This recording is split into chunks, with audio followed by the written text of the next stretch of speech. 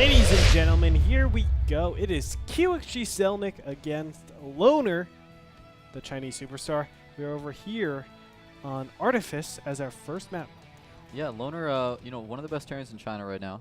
But the Chinese scene has been having some trouble when they've been facing off against foreigners and Koreans alike, man. So I don't know. We'll have to see if Zelniq has what it takes to take him out. I played with Zelniq a lot back in the day. I remember I used to practice with him quite a bit in a beta. And he was a pretty solid macro Zerg, but I don't know, man. I haven't seen his play lately, so we'll have to find out, man. Sure.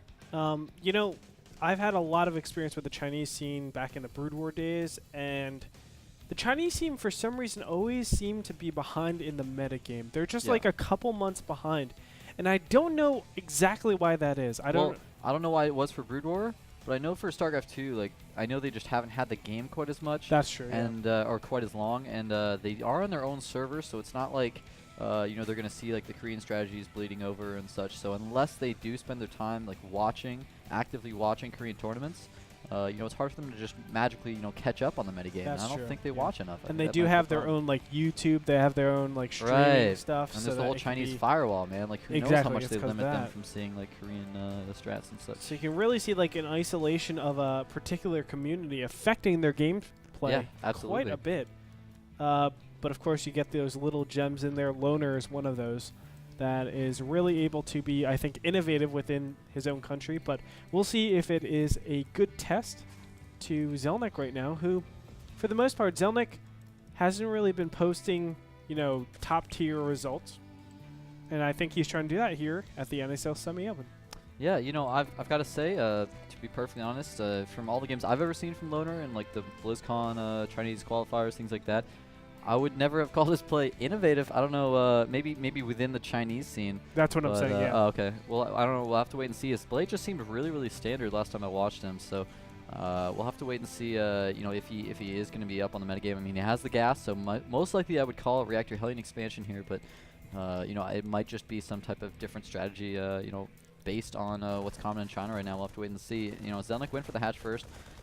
Into pool, no gas from him. So still no gas, even though the pool is completing. There it is, throwing down that extractor just now. So he will have a slightly later speed here. But he wasn't really able to get much scouting information. His drone couldn't get up the ramp, and therefore he has no idea if this is some type of gasless expansion here from Loner, or if he did, in fact, throw down that extractor, and is, in fact, going for what looks to be a Reactor Hellion expansion. Yep, so keeping up to date with that. You can see 2 Marines are out in the field, just making sure that no scout is able to get in for now. Things look pretty standard. They're in cross position, so cross positions, the map is pretty big. It does, in my opinion, lead itself over to more of a Zerg map, just because the rush distance are a little bit farther. It forces the macro game. And it's really wide open too, man. Yeah, it removes a lot of the timings that exist off of 2 base, in my opinion. Yeah, I mean, of course, when you have to traverse across that big of a distance with Marines and tanks, it's just not going to work out well for you. By the time you get to the Zerg base, of course, they're able to, reproduce an entire, group of units out of all of the larvae. Actually, this Zerg gets past these Marines. Loner didn't really, do that starter step micro. Oh, but he sends it after that SCV and does lose the Ling. That actually is a pretty big deal. Zelniq probably would have liked to have actually checked on that hatchery, man, and he did not see it. On that command center, he did not see it. So he actually does not know right now if Loner went for an expansion, if it's some type of weird one-base play, and to play in the dark like that in ZVT at this stage can be really, really difficult.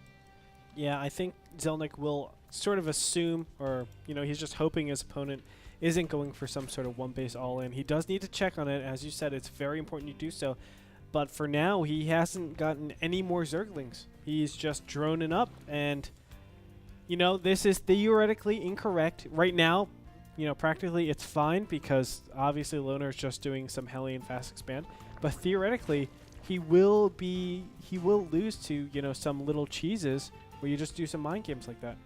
Yeah, that's very true. Luckily for him, it won't get punished here. He's got to be careful about these Hellions coming in, though. His Spinecrawler just finished. He's trying to just get the drones up into the main, but the Queen is blocking it. Oh, no! A slight misplacement on his Queen, and the Hellions run straight in, trying to get some kills on these drones. They are lined up a bit. Oh, some more drones get roasted. 5 drones up here in the main so far.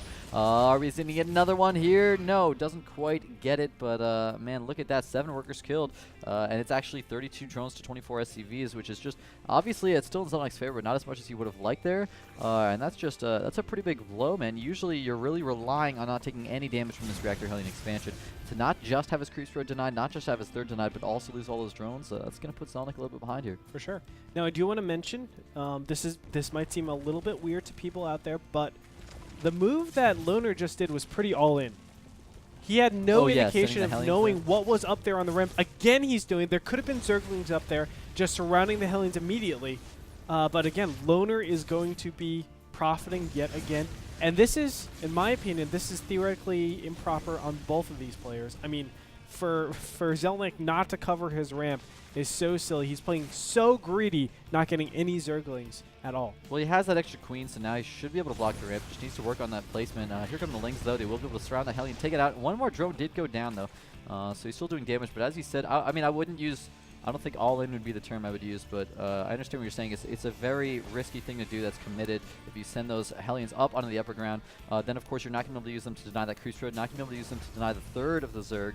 And as you said, you don't know what's up there, so it could just end up being, you know, a huge blunder. It did work out well for him, though. But yet again, he doesn't have those Hellions out in place, so now all of a sudden Zelniq's able to take map control. He'll be able to take that third, no problem. He's able to take these Zelniq towers with the Lings if he wants, which is exactly what he's doing here. And he's going to have a pretty good map control, able to scout out the front of Loner's base as well. So I really feel like Loner, maybe with the first 2 Hellions that was fine to send him in, but the next 2, I really think he should have left them outside the natural, controlling all that space, man. Exactly, because one of the big advantages of going something like Reactor Hellion is actually taking the map control, taking the Zelnaga towers, denying your opponent of the Zelnaga towers, additionally denying that third. We don't see that at all. Zelniq can freely take his third anytime he wants, and he's teching the Spire Tech. Now, given the Spire Tech is a little bit delayed because of what we had in the beginning, small kerfuffle, but for the most part, you know, Loner is not playing the build how it's supposed to be made, and that goes back to, I think, just not understanding this particular, you know, brand of TVZ. Yeah, the one thing that's really shocking me right now is he went for this eBay over at his natural and didn't use it for anything, man. Didn't throw it on turns, which is understandable. You wouldn't have had Mutas this early anyways, but there we go. Finally +1 started. He actually had it sitting there for quite some time, so that will delay his upgrades there. Could have gotten himself a nice little advantage if he had that. Instead, Zelniq's going to be the one with the upgrade advantage. He has 1-0 already 2/3 of the way done. And it looks like he might just go for a counterattack here. He has a bunch of Lings going towards the natural of Loner. He does still have that full wall off, though. He replaced that bunker after salvaging it, so without any bailings to bust that down, looks like he's going to be forced back. He might be able to go for a flank on this Marine tank force, though, since he does have these Lings up in the center of the map. I don't think he realizes it's there quite yet, but he's going to move on to the creep. Now he's going to realize it's there. He needs to pull those Lings back. He does not want to engage until he has more units ready to go. He's got some Banelings morphing outside the natural, and if Zelniq does set this up well with a flank and attacks him with those Banelings and Zerglings, he'll be in a pretty good position to just shut this down. You said it perfectly. What he needs to do is set up a flank. If he attacks straight into this, it would be the worst possible situation, but he has a good sandwich coming in right here. If he goes, oh my goodness, yes he will. Zerglings coming from both sides. The Banelings are actually grouped up, but they get a nice hit on all of those Marines. Will it be enough, though? The tanks get cleaned up, and yes, wow, Zelniq gets a big advantage taking out all those units. Yeah, really well done. I mean, Loner had some nice target firing there on Banelings with his Marines, but it just was not enough. Perfect flank there from Zelniq, and as he said, man, if he had attacked from one angle, it would have been pretty bad there, but with the flank, it was just absolutely perfect. And, you know, that was a bit of a mistake by Loner. Yet again, maybe, you know, there's like that kind of rule of thumb that most Terrans have. Don't siege up on creep like that, man. But he just went straight onto the creep, killed off the creep tumor, and then just decided, this is where I'm going to siege up. Not a good idea. You know, allowed those Banelings to get in there that much quicker. So I don't know, man. It is looking like he doesn't have as full control of just those little minor tips and tricks that most Terrans have kind of figured out at this point. But it looks like he's already taken his third, and he's setting it into a planetary. So that is a good idea, so you can just deal with those counterattacks. Of course, at the meantime, though, Zelniq is already taking a fourth, and he's keeping those upgrades going, man. 2-0 is already a third of the way done. Look at that. I'm actually really liking how Zelniq's playing out here. He is starting to build on that mute account, which is so important for harass. It really forces the Terran to play a lot more conservative. We can see this area is quite big, so turrets all over the place is necessary. We will see a big mineral dump into turrets pretty soon, or he will pay the price dearly. But for now, there are only, let's look at the unit tab, 7 mutas out in the field. We'll see that number grow very shortly. Yeah, he's got 7 more on the way, man, so he clearly had a bit of a gas bank there to work with. And I really like this style, man. I like the style of Zergs waiting until they have that third base, waiting until they have that 6 gas before they are, or excuse me, 5 gas. This base only has 1 extractor. Wait until they have that 5 gas, or at least more than 4 before they go up to those mutas. So they still have the gas ready for the banelings, for the upgrades, you know, for those early marine tank pushes that Loner went for. We do see that drop at the 12 o'clock, but the Zerglings and mutas are going to be able to go right over there and take that out pretty easily. Oh, he sends in the mutas first. Does lose 1 muta there, so he's got to be a little bit more careful with that. But of course, now the mutas have been shown. And we probably will see that mineral jump into turrets like you were saying from Loner, although, there we go, yeah, at least 1 on the way now. So, you know, if he doesn't do that, he will be in some trouble. His natural actually has just 1 turret. There we go. Now we're going to set up all those extra turrets. Yeah. And that's going to help out Loner quite a bit here to have seen those mutas before they came for that harass. Yeah, the worst thing possible is just to lose all your, you know, your production to a group of mutas and have your units just jump around all the place. All of a sudden, you have banelings head your planetary fortress, and your SCVs and your planetary fortress just getting annihilated. So good of Loner to set up those turrets. For now, the big question is, what does Zelniq actually do with his advantage, right? He has a good amount of map control. I like how he's spreading out his overlords, making sure that no fancy drop play comes down from the left-hand side, but I would love him in the top. Oh, look at this. Oh, wow. Loner's pushing out right here. Oh, wow. He might get hit by a counterattack. We have a lot of lings, a couple banelings, as well as the mutas here from Zelniq, ready to go over here into the bottom base. I love his creep spread as well. It's all over the map right here.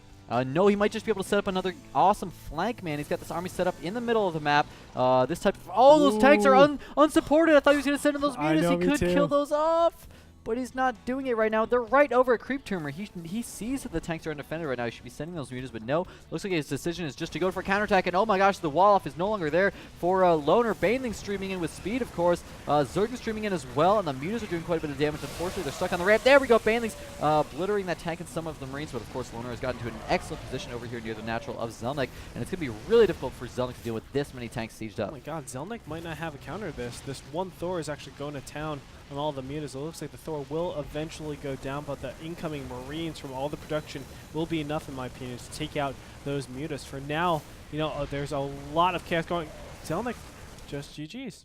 Wow, he just was not prepared for that attack at all there, despite being on a 4-base economy. And 1,600 minerals apiece. Wow. And 1,600 gas, excuse me. Wow. Well, actually, the same exact. That is a shame. Think about how many banelings he could have had ready for that attack if he had kept on top of his macro. That's looks like 10 infestors there. That's yeah, man.